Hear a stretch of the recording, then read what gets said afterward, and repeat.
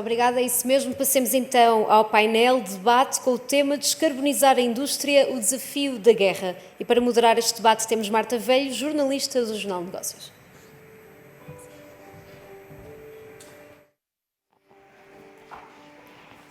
Olá a todos, bom dia.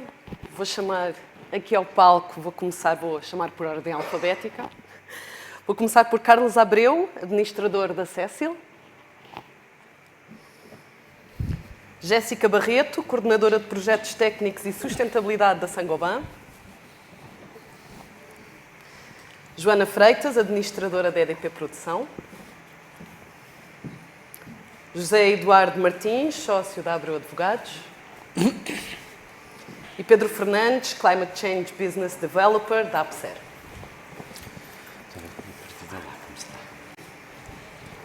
Como está? Bom dia a todos, sejam bem-vindos.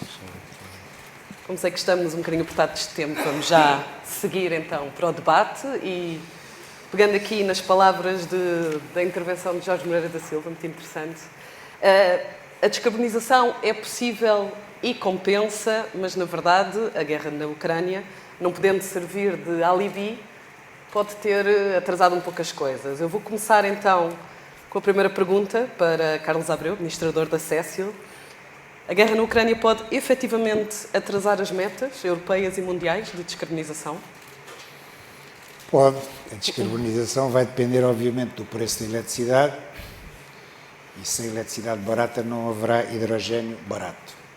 Portanto, os negócios ou as indústrias arte o abate, como se diz, e o cimento é uma delas. Portanto, nós precisaremos, obviamente, já temos um dos drivers que é o CO2, que já está nos 100 euros, como dizia a oradora há bocadinho, e de facto que isso promoveu a descarbonização e tudo o que era possível fazer até agora foi feito, foi substituir uma grande parte dos combustíveis fósseis, mas não chega. Portanto, nós temos que substituir efetivamente todos os combustíveis fósseis. E isso ainda não foi possível até agora, será possível com hidrogênio mais barato.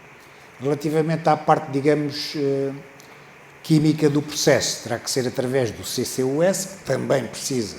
CCUS é o Carbon Capture Storage ou utilização. Também necessita de eletricidade, mais uma vez, barata. Claro que a EDP está aqui também, precisa de ganhar dinheiro, como é óbvio, mas temos que ter o preço que permita que os investimentos aconteçam, não é? Então, também foi dito aqui que o PRR não está a ajudar muito, é verdade, mas também o dinheiro não é infinito, os Estados não podem ajudar tudo, mas neste momento falta para haver uma descarbonização. A questão do preço, obviamente, é impactado pela guerra, mas também a regulação europeia é muito lenta. Nós já devíamos saber o que é que nos vai acontecer no próximo ano e não sabemos. Não sabemos. Eu, se quiser fazer um e-fuel numa fábrica de cimento, não sei quais são as condições, como é que eu faço a célebre folhinha Excel para justificar o investimento. É difícil. Portanto, temos que ser mais ágeis, mais rápidos e eu acho que vamos ultrapassar 1,5 graus. Passando então a pergunta no seguimento para Joana Freitas, da EDP Produção, concorda com esta posição, até com este final de que vamos ultrapassar a meta? Isto por causa da guerra, não é? Vemos países também a atrasar já o encerramento de algumas centrais de carvão, as empresas também algumas a mudar algumas das suas orientações. Sendo a EDP, a nossa elétrica nacional, como é que olham para este problema? Eu penso que no curto prazo, no imediato, este conflito na Ucrânia pode ter um efeito de desvio na rota para a descarbonização, porque se pensarmos que 20% da energia elétrica na Europa era produzida com gás e 85% desse gás era importado da Rússia, de um momento para o outro foi preciso substituir uma quantidade de energia que, num espaço de meses, não se pode substituir com a construção de parques solares ou eólicos, não houve tempo e, portanto, houve alguma substituição com o carvão. No entanto, vi ontem uma informação publicada pela Agência Internacional de Energia que é bastante encorajadora. Para 2022, apesar deste tema que temos visto de substituição de gás por carvão, que é mais emissor do que o gás, a estimativa da Agência Internacional de Energia é que as emissões associadas à energia vão crescer apenas uma fração do que cresceram em 2021, ou seja, vão crescer 300 megatoneladas em 22 e cresceram 2 gigatoneladas em 2021. Portanto, apesar desta circunstância, a transição energética está a fazer-se. Agora, eu penso que no médio prazo, nem diria que é no longo prazo, no médio prazo, este conflito vai acelerar a transição energética, por 2 razões. A primeira é porque criou uma urgência. Já não estamos a falar de metas para 2030 ou para 2050. Quando estamos a falar de soberania nacional, de defesa, de preservação dos nossos valores civilizacionais, nós precisamos de fazer a transição energética hoje. E, portanto, isto criou, quer nos cidadãos, quer nos atores políticos, uma disponibilidade para tomar decisões muito mais rapidamente, porque este conflito pôs a nu o perigo em que a Europa se colocou ao ser dependente da importação de combustíveis fósseis para as suas necessidades energéticas. Portanto, estou convicta que isso vai acelerar quer o abandono dos combustíveis fósseis, quer o crescimento dos renováveis. E depois uma segunda razão tem a ver com o facto do aumento do preço do gás e do petróleo. Isto porque tanto a Rússia como a Ucrânia são exportadores destas 2 matérias e, portanto, aparentemente elas ficarão em preços mais elevados durante algum tempo. Por comparação, vai tornar um conjunto de tecnologias verdes mais atrativas.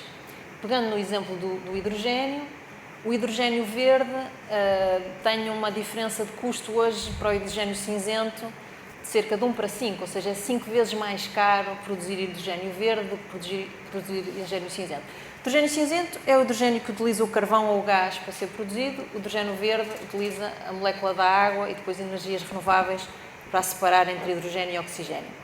Ora, à medida que os preços dos combustíveis fósseis sobem, esta diferença vai se estreitar e, portanto, isso vai permitir também um acelerar da descarbonização da indústria, uma vez que a alternativa fóssil deixa de ser tão atrativa.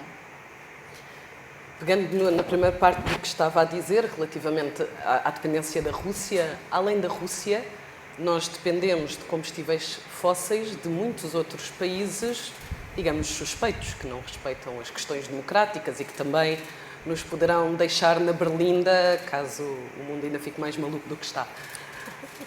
Isso está a ser considerado, ou seja, a boleia da Rússia vir-se a cortar o contacto com outros países, também eles fornecedores, não é? Mas em situações democráticas não tão semelhantes à nossa, digamos assim. Eu penso que a Europa está a fazer, teve uma tomada de consciência muito forte com este conflito e acho que é positivo que o faça de uma forma concertada entre os vários países, porque há vantagens nisso, mas está-se a dar conta que, obviamente, que não é a Rússia a única fragilidade, digamos assim, do ponto de vista geopolítico na dependência energética. Está também a tentar criar alguma independência no que diz respeito às cadeias de valor que alimentam as energias renováveis, ou seja, as energias renováveis usam recursos endógenos, o sol, o vento, o mar, a chuva, mas precisam de baterias, de painéis solares, de materiais raros, etc., que tipicamente são importados, na sua grande maioria, da China e, em termos de materiais raros, de um conjunto de outras geografias. Por exemplo, 60% do cobalto que é utilizado nas baterias, nomeadamente, vem da República Democrática do Congo. Portanto, há múltiplos pontos de fragilidade e de dependência de geografias que não sabemos se serão geopoliticamente amigáveis no futuro. E, portanto, esta consciência, acho que este conflito na Ucrânia despertou uma consciência para que, em particular na Europa, sejamos mais previdentes relativamente ao futuro e consigamos garantir, não só do ponto de vista dos combustíveis, mas também das cadeias de valor, alguma independência e alguma construção de capacidade dentro da Europa como alternativa em circunstâncias similares. Obrigada. A descarbonização pode também ser alcançada, por exemplo, através de inovação tecnológica, não é? Portanto, eu queria perceber, passando agora a pergunta ali para Pedro Fernandes da APSER, quais são os contributos que a tecnologia poderá dar neste caminho também e se já temos tecnologia suficientemente madura e suficiente para ajudar a cumprir estas metas face a todos os desafios que constantemente nos estão a aparecer. Olá, boa tarde. Antes de mais, queria agradecer o convite, porque interessado. E do ponto de vista das auditorias que eu tenho acompanhado até na 50.001, dá para perceber que as empresas que estão preocupadas com a descarbonização estão atentas a isso. Do ponto de vista, como dizia o engenheiro Casa Abreu, onde para um bocadinho esse investimento é na questão do investimento propriamente dito. Por exemplo, hoje em dia, uma empresa com um compressor mais moderno vai reduzir o consumo em 50% e vai produzir mais. Portanto, não há nenhuma empresa que olhe para isto e não queira isso. Vai ter menos custos com mais produção, mas tem que haver o investimento. Portanto, as tecnologias têm evoluído muito e falo por mim que eu comprei fotovoltaicos lá em casa e estava sempre à espera de ver mais baratos e mais eficientes. E estavam sempre todos os anos a aparecer mais eficientes e mais baratos. Hoje em dia também se fala das questões das baterias. Cada vez há mais soluções de baterias menos nocivas, com outro tipo de materiais. Está a surgir a questão do grafeno, que também é um tipo de composto que acelera muito o carregamento das baterias. A tecnologia está a evoluir, há cada vez mais atenção para este tipo de tecnologias verdes e cada vez também se vê muito mais as parcerias entre entidades de investigação e as próprias empresas, que está a promover essa evolução. Agora, a questão do investimento é fundamental, porque no que eu tenho visto e da percepção que eu tenho, é que realmente há uma vontade de evoluir, as novas tecnologias estão aí e dão soluções muito melhores e muito mais eficientes energeticamente e na parte energética, portanto, estamos a falar da redução do consumo. E depois há a outra parte da descarbonização, que é a conversão para energias não fósseis. Portanto, a tecnologia está aí. Agora, na altura que nós temos a questão de como nós vamos arranjar esse investimento para disputar o avanço na aquisição e no investimento nas tecnologias, é que acho que ainda é um caminho que se tem que fazer, como estava a falar antes, Jorge Moreira da Silva, a dizer o dinheiro que é necessário para catalisar toda essa transformação. Passando agora a palavra aqui a Jéssica Barreto, da Saint-Gobain, as empresas têm esta noção da necessidade de investimento em tecnologia, especificamente também para a parte da descarbonização? Sim, sem dúvida. Cada vez mais se fala da indústria 4.0 e eu acho que todos os setores da indústria começam a perceber a importância desta digitalização, do investimento nesta tal maquinaria que vai, por um lado, como é que vai conseguir fazer a descarbonização? É que depois esta indústria 4.0 tem algumas vantagens, não só da descarbonização, e é toda uma vantagem para as empresas e, portanto, vale mesmo a pena fazer o investimento. Seja porque vai ajudar a reduzir o desperdício de matérias-primas, se conseguirmos isso já é espetacular, seja pelo nível da circularidade que conseguimos, seja pela poupança de energia, de recursos. Depois temos também a aceleração de processos, porque acabamos por sistematizar os processos, digitalizá-los e, portanto, a margem para erro também é muito mais reduzida.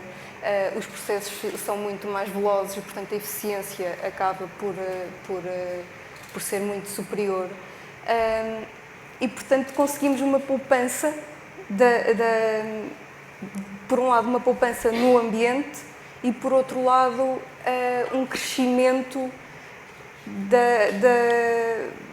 da indústria. Portanto, conseguimos aqui uma dualidade muito boa e, apesar do investimento hoje em dia ainda ser um bocadinho dispendioso, compensa a longo prazo. E quanto mais as empresas investirem nesta tecnologia, mais económica vai acabar por ser, e isto é um ciclo que se vai alimentando e, portanto, estaremos no caminho certo. Portanto, acho que é mesmo o tomar de consciência de cada uma das empresas para a importância da indústria 4.0, fazer esse investimento e estaremos no caminho certo para, de alguma forma, reduzir o nosso impacto ao nível de CO2 e ter imensos benefícios.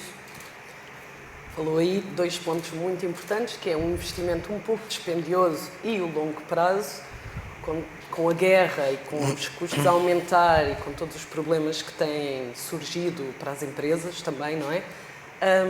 Isto não mudou um bocadinho as prioridades? Eu acho que não podemos mudar as prioridades Porque se pensarmos que isto é um investimento que vai ter retorno, nós não podemos pensar no imediato apenas, porque o planeta não tem opção B também, há essa questão portanto, eu acho que a nível económico este investimento é extremamente importante e podemos não ter o retorno hoje, mas eu diria que até nem é a longo prazo, eu acho que é a médio prazo. E depois toda a vantagem que terá a nível ambiental, eu acho que não se pode pensar duas vezes, e por muito que a empresa não tenha uma estrutura económica tão forte, eu acho que o investimento vale a pena, porque a própria economia da empresa, os recursos da empresa irão beneficiar. Vou passar então para José Eduardo Martins, da Abreu Advogados. Estamos aqui a falar da parte do investimento das empresas e do investimento privado, mas existe também a questão do investimento público e dos fundos, tanto fundos nacionais, fundos europeus. Estão a fazer o suficiente, na sua opinião, ou poderiam fazer ainda mais, sobretudo face ao contexto atual? Podiam fazer muito mais, em resposta à sua pergunta, mas eu estou aqui muito nervoso. Porque ficar para o último faz isto, não é? Uma pessoa tem a vontade de dizer 2 ou 3 coisas sobre quase tudo o que ouviu e eu, sendo rápido, gostava só de voltar aqui atrás a 2 ou 3 coisas, porque o Galeano dizia que a utopia é a coisa mais importante do mundo, porque como nunca alcançamos, faz-nos caminhar. E isso é uma coisa fantástica. E eu discordo um bocadinho daquilo que a Joana disse e do que em geral se disse no painel, que nós estamos todos aqui com uma awareness nova. Porque queremos, porque, por exemplo, todos os que estamos nesta sala somos mais ou menos pessoas licenciadas, com mais de 30 anos, que sabemos ler e escrever. Há muito tempo que podíamos todos, cada um por nós, ter tido a consciência, antes de ir exigir a quem devemos, porque isto é essencialmente um problema de governança. E como é que esse se resolve? Eu não sei, acho muito difícil. Estou um bocadinho pessimista, já lá vou, mas antes de assinarmos a Convenção Quadro no Rio em 1992, o 4º relatório do painel intergovernamental das alterações climáticas dizia tudo o que hoje se diz. Com mais ou menos parte por milhão, com mais ou menos capacidade de aumentar a temperatura, nós temos 40 anos de ciência sobre isto, portanto, se não olhamos para ela, foi porque não quisemos. Porquê é que não quisemos? Não quisemos porque a realidade, na verdade, nos deixa condicionados por muitas coisas. Nós, em 1800, éramos 1.000 milhões de pessoas. Em 1900, levámos 100 anos a chegar aos 2.000 milhões de pessoas. Quando eu nasci, éramos 3.000 milhões. Hoje somos o dobro. Portanto, quando a Animal Rebellion começa a espalhar leite em Londres e diz que era um plant-based consume amanhã, isso não é realista. E esse ativismo, que é muito saudável, em geral, preocupa-me, quer dizer, nós estamos a criar esta awareness, mas ao criar esta awareness, estamos, parece que, a fazer uma divisão entre pobres e ricos no carbono, de que o Jorge Moreira da Silva falou na perspectiva correta, mas que nós estamos a encarar na errada dentro da Europa, entre pobres e ricos no carbono, que vai fazer uma espécie de nova luta de classes. Os coletes amarelos não são todos maluquinhos, nem são todos gente má. Não é? São gente que, infelizmente, ainda precisa do carro para se deslocar. Porque nem na Europa, que é o continente mais afluente de todos, nós temos um sistema já de produção de comida ou de sustentabilidade elétrica, embora nós estejamos claramente à frente, nós não temos ainda os mecanismos para fazer tudo isto. E pior que isso, se nós pensarmos que depois, quando chegamos agora a este limite da população que nos fez atentar aos limites do crescimento, coisa que nenhum político tem coragem de dizer a ninguém, porque ninguém vai dizer a ninguém, amigos, o que temos para redistribuir no futuro é menos do que temos hoje, porque atingimos um conjunto de limites de produção e, portanto, vamos ter sérios com isto. O que o Jorge disse muito bem é, vem uma desigualdade brutal. Cada vez que há uma desigualdade brutal, a seguir começam-se a cortar as cabeças às rainhas, nós ficamos todos, a desigualdade promove uma revolução que não é simpática, não é simples, não faz a redistribuição. Ou nós fazemos a redistribuição ou teremos a revolução. Para fazermos a redistribuição, temos de ter a coragem de dizer que não vamos todos viver sempre no mesmo carro, com o mesmo cinema, com tantas viagens de avião, com tantas coisas como antes, porque se não dizemos estas coisas, estamos a mentir às pessoas. Como dizer às empresas que agora acordaram todas para o preço da energia. Vamos lá, desculpem lá, eu sou advogado, não é só de empresas grandes que têm que prognosticar o futuro e estar no comércio europeu de licenças de emissão e ter que lidar com a taxonomia e muitas coisas ao mesmo tempo como a Cécil. O nosso comércio europeu de licenças de emissão refletia a nossa pobreza. Um tecido muito pobre. Tirando o vidro, tirando a produção de eletricidade que estava à frente, o cimento que vinha a seguir, a produção de papel e o vidro, o que nós temos é meia dúzia de cerâmicas e metalomecânicas. Não temos mais nada. E nessa gente toda, o que conta todos os dias é o custo de produção. E, portanto, eu acho muito bem que nós, se conseguíssemos um ban ao carvão total, eu não quero usar carvão. O meu único problema é que 65% das emissões mundiais estão em sítios onde o ativismo não existe. Nem o informado e esclarecido, como o dos dirigentes, como tu, Jorge, nem o das senhoras que atiram latas de tomate aos Van Goghs e que dividem a sociedade ao meio, como estão a fazer com a inglesa. Isso não existe. O ativismo na China passa-lhe um tanque por cima e acabou-se o pio no dia a seguir. Portanto, nós só temos pressão para a mudança nas sociedades democráticas. E naquelas duas teses do fim da Guerra Fria não ganhou Fukuyama. Isto, de repente, não desataram a ser todas democracias liberais em que uma opinião pública esclarecida pressiona os políticos, como estava a dizer, para até os fundos públicos, nomeadamente o pacote de fundos que aí vem, ter alguma ligação com a taxonomia. Porque eu, já tendo espalhado o meu pessimismo, que não queria, porque eu acredito profundamente nesta necessidade de mudança, já tendo dito que há aqui um problema de custo que é sério e que num momento em que a única coisa que conta na geopolítica mundial é, enquanto um bully se entretém com uma guerra, na prática há uma superpotência que se prepara para substituir a outra como primeira economia mundial, que tem carvão que nunca mais acaba e que não vai deixar de usar porque a Índia e a China são dois energívoros brutais em guerra comercial e nós vamos chegar a um momento em que nos vamos confrontar ao mesmo tempo com uma guerra comercial brutal com quem quer ter a supremacia mundial e achar que não podemos acompanhar. Se eles estão só a usar carvão, se eles estão só. O da Manchúria, então, cheio de amónia, é uma coisa maravilhosa. E se eles continuarem a fazer todos como fazem, nós vamos resolver os problemas com o pacote 50 for 55. Mas estar a brincar. É que depois do potencial destrutivo que teve o mercado interno, porque teve, para as economias da periferia, eu sou um coitadinho de um advogado, mas estão aqui tantos economistas, as pessoas sabem muito bem o efeito que o mercado interno teve. O pacote Fit for 55 tem um potencial destrutivo para a economia europeia. Se não tiver dinheiro a sério, muito maior, 77 mil milhões de euros, para o que ali está previsto, para aquela taxonomia. Tem ideia de que indústria temos? E, sobretudo, tem ideia de que indústria ainda temos em Portugal? Eu acho que as pessoas não têm. Não têm. A taxonomia, por exemplo, para o cimento é um tiro na cabeça. Bom, mas quer dizer, mas se calhar nós queremos a vida sem cimento. Houve um senhor, publicado pela Antígona, que parece que imaginava a vida sem betão e que acha que o betão é a arma do capitalismo. Mas eu gosto que as pessoas vivam em casas. Eu, quando os imigrantes cá chegam, vindos de outras proveniências, não gosto de os meter em contentores. Gosto que eles tenham uma casa para viver, tenham aquela mesma comodidade que nós demos por adquirida e que não está adquirida em 2/3 do mundo. Para terminar, a taxonomia, eu acho que nós estamos a tecer loas a mais e a ter uma expectativa grande ainda em relação ao que é o mercado financeiro e a resposta da taxonomia. Eu estou a trabalhar há 1 mês e meio com o professor Paulo Ferrão do Técnico, a professora Clara Correia da Universidade do Minho. A primeira dificuldade com o ESG e com o chegar com o ESG a um banco e dizer a minha empresa está a fazer isto e, portanto, eu quero aí uma taxa de juros mais barata. Em primeiro lugar, se alguém souber qual é o banco português que já está a fazer isso, peço o favor de no fim me indicar, porque eu tenho vários candidatos a ir lá bater à porta, mas não conheço nenhum. Mas, qual é o problema? O problema disto ser flawed é que do lado ambiental é fácil construir um balance scorecard. A gente agora diz as coisas todas com essas modernidades. É fácil construir uma matriz para avaliar e para saber o que estamos a fazer.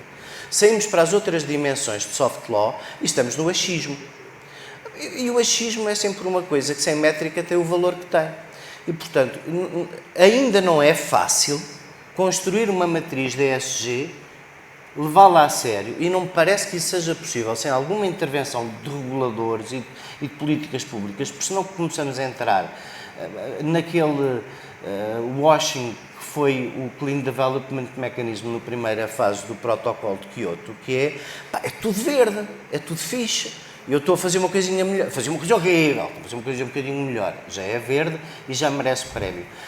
Não é bem assim, nós vamos ter que ter um modelo de ESG mais regulamentado e uma ligação à taxonomia mais razoável para podermos ter esse financiamento verde. Em suma, em conclusão, nós precisávamos que acontecesse tudo como o Jorge disse. E eu, infelizmente, não acredito que tenhamos tempo para isso. Acho que, tristemente, a guerra é uma chapada que nos fez acordar para o custo e para a necessidade de racionar energia no futuro, e isso, por triste que pareça e que nos faça perder tempo, talvez tenha sido, à parte do ativismo dos adolescentes na Europa, a coisa que finalmente nos fez acordar para aquilo que, acabo como comecei, já todos sabíamos. Vou-lhe então perguntar... Não, está à vontade. Portanto, chegámos tarde e estamos a fazer tudo mal. Portanto, o que eu queria perguntar estamos a fazer algumas coisas bem, mas chegamos tarde a várias. E eu só me ponho da perspectiva de uma empresa que faz cerâmica, que faz zincagem, que faz niquelagem, que trabalha com... Porque assim, vamos lá ver, a nossa tecnologia cá é, enquanto setores, a mais avançada ou a mais desenvolvida. Os nossos salários são fantásticos. Deixe-me ler-lhe uma coisa que eu trazia aqui para ler às pessoas, que é escrita em Portugal, por uma pessoa que eu sou insuspeito de elogiar, porque gosto muito, mas já foi nosso repère ambiente, o Mário João Fernandes, foi uma pessoa que trabalhou muito em Bruxelas nestas coisas e que escreveu um artigo no I sobre Portugal, nestes últimos 2 parágrafos, acho que diz bastante coisa e que nos devia fazer a todos refletir e debater. A descarbonização promoverá a luta de classes por via da multiplicação do desemprego em indústrias tradicionais, assentes em mão de obra intensiva, futuros ex-trabalhadores, e sabemos onde é que essas pessoas depois, infelizmente, estão a ir votar, não é? Futuros ex-trabalhadores demasiado velhos para a requalificação e demasiado novos para a reforma. O potencial revolucionário da descarbonização não deve ser menosprezado, num contexto em que, por mor do Covid, assistimos à explosão do conflito social em África ou em Cuba. A descarbonização, e isto é muito importante, como disse a Saint-Gobain, não se fará sem capital, coisa escassa em Portugal. Como nós sabemos, em Portugal o capital nos últimos 20 anos foram basicamente os fundos estruturais, não foi assim tanto a banca. Não se fará sem capital, coisa escassa em Portugal. Atrair investimento estrangeiro para os melhores projetos em matéria de energias renováveis exige proatividade por parte dos governos que gerem a coisa pública e coordenação entre os diversos departamentos da administração em defesa da indústria nacional. Convirá que a negociação do pacote legislativo apresentado agora pela Comissão nos corra bem, para que não tenhamos só carbono, onde os outros têm economia. Eu, sinceramente, isto dá muito que pensar, sobretudo porque há 30 anos trabalho num escritório a fazer direito do ambiente apenas e só com as empresas. E bem sei o que é que motiva as decisões do cotidiano. Desculpem que já falei demais. Vamos passar então aqui para si. Carlos Abreu, no seguimento do que acabámos de ouvir agora, concorda? Os fundos públicos para a descarbonização não estão adaptados às necessidades das empresas e a taxonomia da União Europeia ainda veio baralhar mais as contas para a indústria, sobretudo? Sim, os fundos devem servir para promover as novas tecnologias, não é? Quando as novas tecnologias não têm ainda payback de modo próprio, isto é, são imaturas, que é a nível do hidrogênio. Se nós formos ver todas as tecnologias que estão neste momento disponíveis, a eletrólise alcalina e a PEM, que já estão maduras no mercado, todas as outras estão com níveis de maturidade, e a nível de maturidade mede-se entre 1 e o 10, para estar no mercado tem que estar no 8 pelo menos, portanto a maior parte delas estão abaixo de 5. Estou a falar de CCUS, de armazenar energia, portanto todas as tecnologias estão impossíveis de pagar, ok? Neste momento. Por isso os fundos devem ajudar nessas tecnologias imaturas. E portanto não há dinheiro suficiente, pelo menos o que foi disponibilizado, não chega. E, portanto, sem isso é difícil de lá ir. Claro que agora os cimenteiros e todas as empresas que têm o ETS em cima sabem que no ano 2033 não tem o CO2, portanto, o CO2 deixa de ser fornecido gratuitamente. E, portanto, já não é. Atenção, desde 2005 até 2020, 60% já foi, né? 60% das alocações gratuitas já foram. Portanto, as empresas hoje estão a trabalhar com 40% dos direitos que tinham em 2005. Portanto, já fizeram um grande caminho de redução. Mas não chega. Nós estamos conscientes que temos que descarbonizar. E descarbonizar tem duas palavras, net zero. Sabemos o que é que quer dizer net zero? Quer dizer que emitimos e depois vamos buscar ao ar. É o que isto quer dizer, de uma forma simplificada. Portanto, nós temos que descarbonizar é emitir zero. Isso é onde nós temos que chegar. Qual é o meu problema aqui? É tempo. Eu acho que o planeta, nós já não temos tempo. Dar aqui 2 ou 3 números só para um bocadinho de realidade. A energia primária nos países, neste momento, média de 2021, 82% é fóssil. A energia que os países gastam a nível planetário é 82% fóssil. A eletricidade é 17% da energia de um país. Portugal. Então, toda a gente pensa que a eletricidade vai resolver isto tudo. Não vai. O mix energético é necessário todo, desde a nuclear. O carvãozito com o CCUS vai cá estar, na minha opinião. Mas eu sou um otimista e às vezes digo coisas que não vêm nos relatórios de energia do ambiente. Do ambiente não, da Agência Internacional da Energia. E, portanto, nós temos um problema de tempo, ok? Materiais para fazer a eletrificação. Vou dar um exemplo. Lítio. A extração de 2019, quantidade de lítio que se extraiu em 2019, ou cobalto, para fazer a eletrificação destes 82%, se fosse possível, que eu acho que não vai ser assim, eram precisos 500 anos, 400 anos, 300 anos, ao ritmo atual. A penetração da energia elétrica na energia primária, desde 1985 até 2021, foi 0,15% ao ano. Portanto, façam uma continha que é dividir 82% por 0,15%. Vão ver o número que chega, nem digo. Portanto, façam a conta sozinho.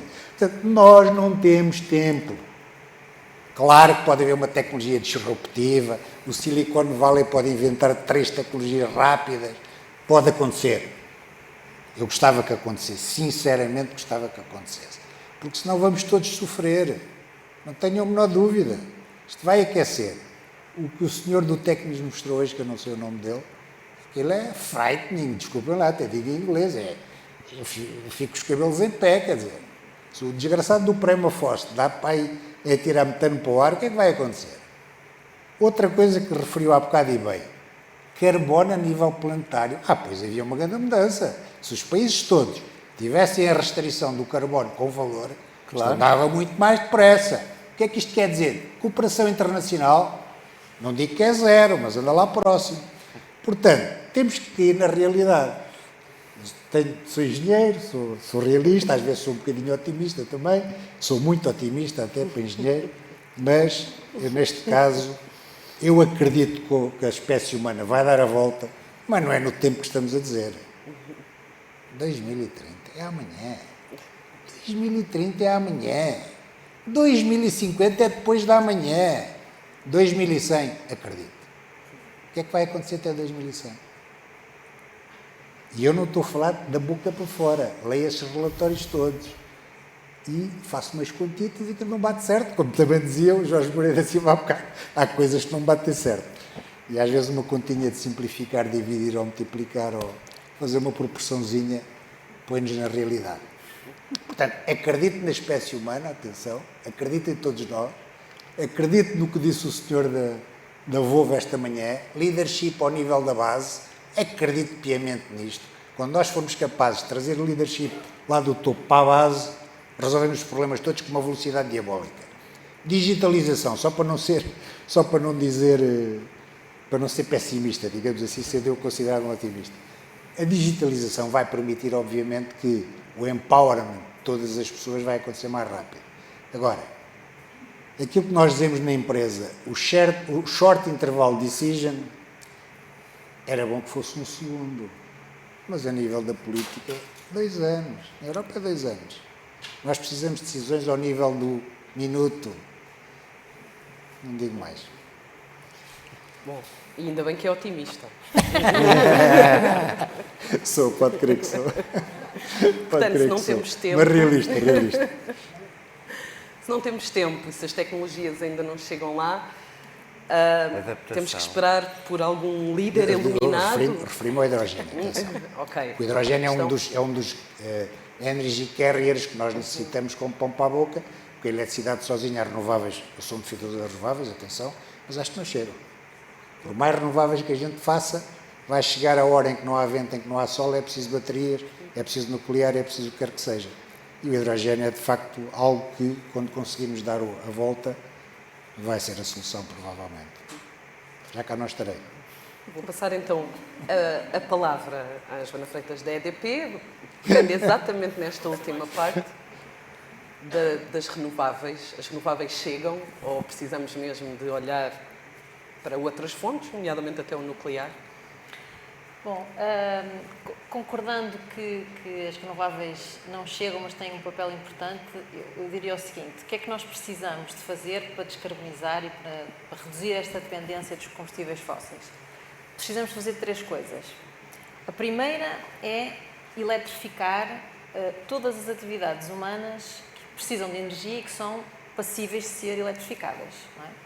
Estou a falar, por exemplo, da mobilidade, da produção de calor. Onde é possível utilizar energia elétrica, usar energia elétrica. A segunda coisa é garantir que essa energia elétrica é produzida com fontes renováveis. E aqui é preciso fazer 2 coisas: abandonar os combustíveis fósseis e investir em renováveis. E também, ligando ao que o engenheiro Carlos Abreu referiu, é importante, porque nós em Portugal felizmente já não temos carvão e na Europa vivemos um pouco numa ilha, mas o carvão é a primeira fonte de energia de eletricidade no mundo. 60% da eletricidade produzida no mundo é feita hoje com carvão. E para fazermos esse abandono das energias fósseis, dos combustíveis fósseis, é muito importante fazer o que se chama a transição justa, ou seja, que as pessoas que estão hoje a trabalhar nessas energias sejam apoiadas para não ficarem, essas comunidades não ficarem desempregadas e não sofrerem os efeitos desse abandono. E, portanto, é muito importante para garantir um apoio das comunidades, dos cidadãos, das pessoas que votam, dos políticos, em todas as geografias que são dependentes do carvão, que haja um cuidado para que esta transição se faça, não deixando ninguém para trás, não é? Que é um pouco o chavão, mas que eu penso que será muito importante e que sem isso não vamos conseguir abandonar os combustíveis fósseis. Depois é preciso investir em renováveis. Também já foi aqui citado pelo nosso keynote speaker que precisamos de mais 4 vezes de eólico e solar até 2030. Até 2050 precisamos de mais 9 vezes. Portanto, vamos imaginar qualquer indústria que precisa de multiplicar por 9 a sua capacidade. Isto é uma coisa brutal, não é? Em termos de recursos humanos que não existem, materiais, cadeias de valor, espaço. Portanto, temos aqui um grande conjunto de fatores que tem que acontecer para que isto existir.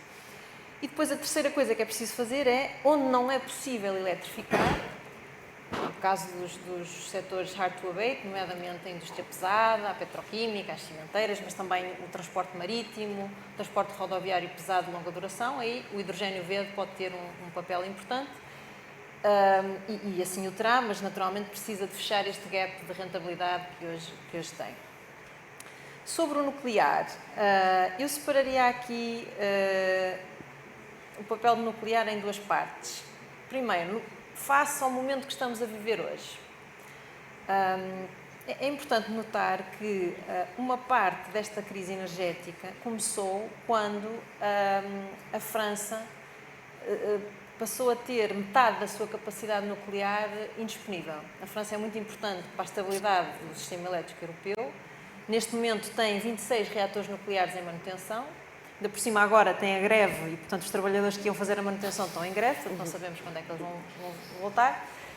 E isso foi um dos fatores que gerou o aumento de preços e a instabilidade que estamos a viver neste momento na Europa. E, portanto, no momento em que a Europa não sabe se tem energia suficiente para atravessar o inverno, estar a desligar centrais nucleares parece-me um suicídio, não é? Mesmo na Alemanha, onde historicamente há uma forte resistência ao nuclear, houve uma decisão de adiar para 2023 o encerramento de 3 reatores nucleares e a Bélgica também adiou sem data 2 reatores nucleares. E no carvão, então, na Alemanha? Amanhã o carvão tem que estar todo a funcionar. Mas eu penso que o nuclear, neste momento, é importante para garantir esta segurança no abastecimento no imediato, e aqui estamos a falar apenas de manter aquilo que já existe. Pensando um pouco no médio prazo, e referindo-me à tecnologia nuclear clássica. A tecnologia nuclear clássica foi desenhada para produzir energia para o baseload, ou seja, para produzir uma quantidade constante de energia, não para estar a ligar e a desligar, a aumentar ou a reduzir a potência, mas para estar sempre ligada e a produzir sempre a mesma quantidade, com uma grande estabilidade. Ora, isso não é um bom complemento para a intermitência da energia eólica e solar. E, portanto, pensando num futuro em que, no mix energético, em particular europeu, vamos ter muito mais eólica e solar, o que nós precisamos é de energia despachável, ou seja, que nós podemos decidir quando é que ela entra no sistema e não estamos dependentes se está sol ou se está vento.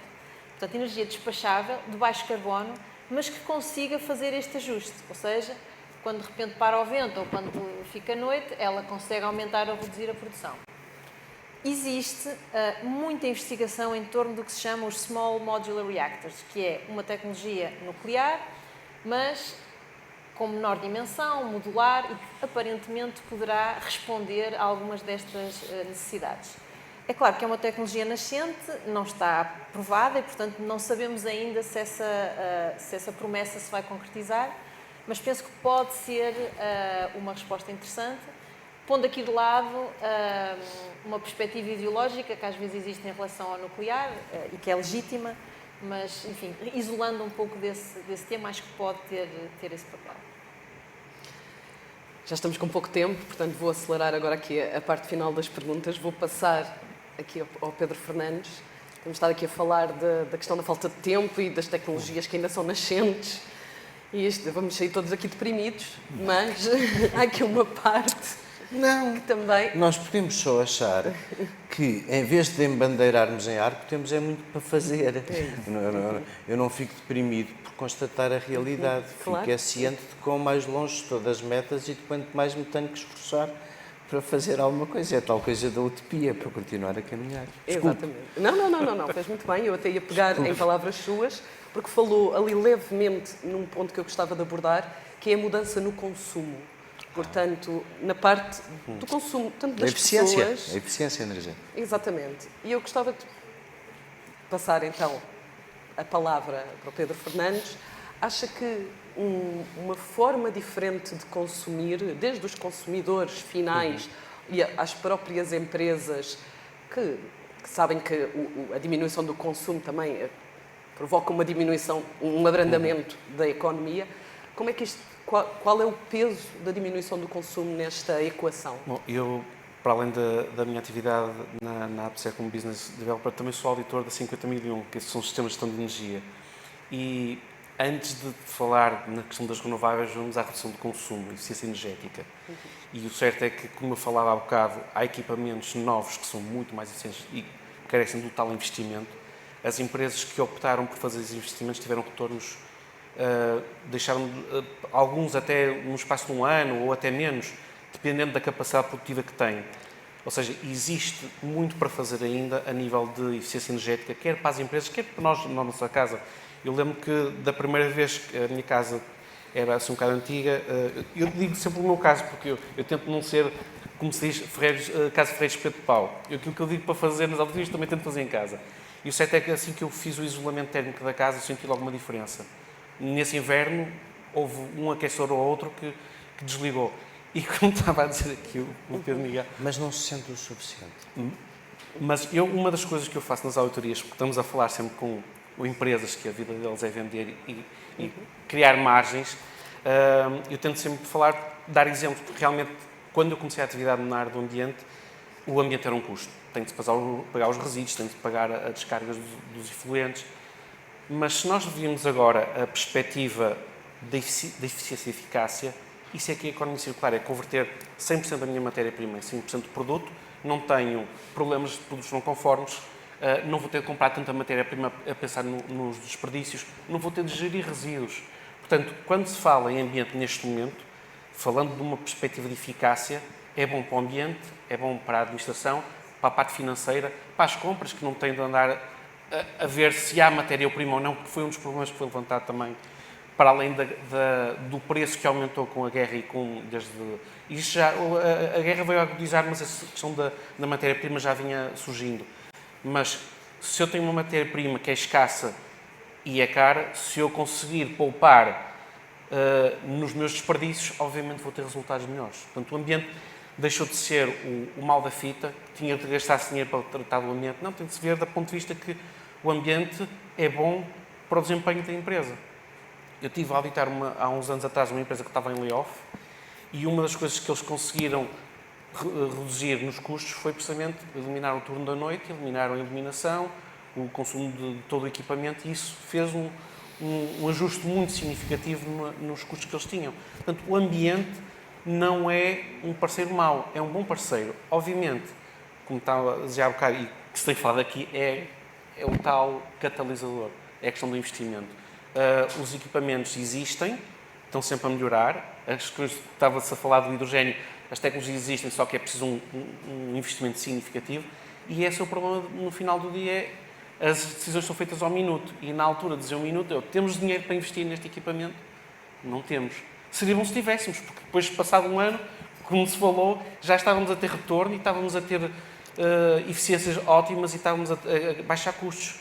Mas, neste momento, a questão é trabalhar naquela tecnologia que nós temos para reduzir consumos. Algumas poupanças não implicam investimentos significativos, não implicam. Aliás, na questão das auditorias energéticas vem muitas vezes a questão do investimento, se vai ter um aumento, uma redução significativa do consumo, ou então se é fácil, é outro critério, que é fácil investir para ter um retorno imediato. E, portanto, há muitas medidas que se podem ir tomando para reduzir esses consumos e aumentar a eficiência das empresas. Aliás, estamos a falar da guerra do ponto de vista macro. Obviamente, o facto de nós estarmos reféns da disponibilidade e do comércio do gás e do petróleo pela Rússia, por exemplo, veio acelerar algumas medidas que já estavam a ser previstas na área da descarbonização. Tem havido agora algumas medidas da questão da iluminação pública, da questão do gás ser controlado até determinados níveis, que, como dizia o Pedro Miguel, são questões que já eram sabidas há muito tempo, mas com grande parênteses, obviamente, a guerra não é boa para ninguém, mas efetivamente acelerou algum processo. Lá está, é o tipping point, não é? Foi o ponto de viragem. Agora, nós não queríamos estar sempre à espera de uma guerra ou de uma pandemia para resolver os problemas. Senão só de 100 a 100 anos, graças a Deus. Exatamente. Por exemplo, a pandemia veio a abrir um leque de oportunidades, como, por exemplo, eu fazia com frequência viagens para comissões técnicas ou para a área comercial, e às vezes eu estou no Porto, vinha a Lisboa e tinha uma viagem de 3 horas no comboio, mais 1 hora de reunião para ter 3 horas outra vez de viagem. Hoje em dia, eu estou a ter uma reunião, ligo-me, tenho 1 hora de reunião, depois tenho outra, e poupei tempo, tempo é dinheiro, não é? Poupei nas emissões, porque eu, ao não deslocar-me, estou a poupar emissões, e consigo, no espaço que fazer as deslocações, ter 3 ou 4 reuniões e ter o meu processo mais produtivo. Portanto, é o que dizia a revolução dos 4Gs. Portanto, há, infelizmente, eventos catastróficos que acabam por catalisar. Não desejamos é que seja sempre um evento destes a forçar essa mudança, não é? Vai estar as bactérias quietinhas. Exatamente, é isso mesmo. Bom, estamos em cima do todas. nosso tempo, falta 1 minuto, mas também já estamos muito para lá do nosso horário. Quero agradecer aos 5, acho que foi um debate interessante, tínhamos muito mais todos, acredito, ainda para acrescentar e para dizer, mas agradeço-vos a todos a vossa presença aqui. Nada, obrigado. Nós.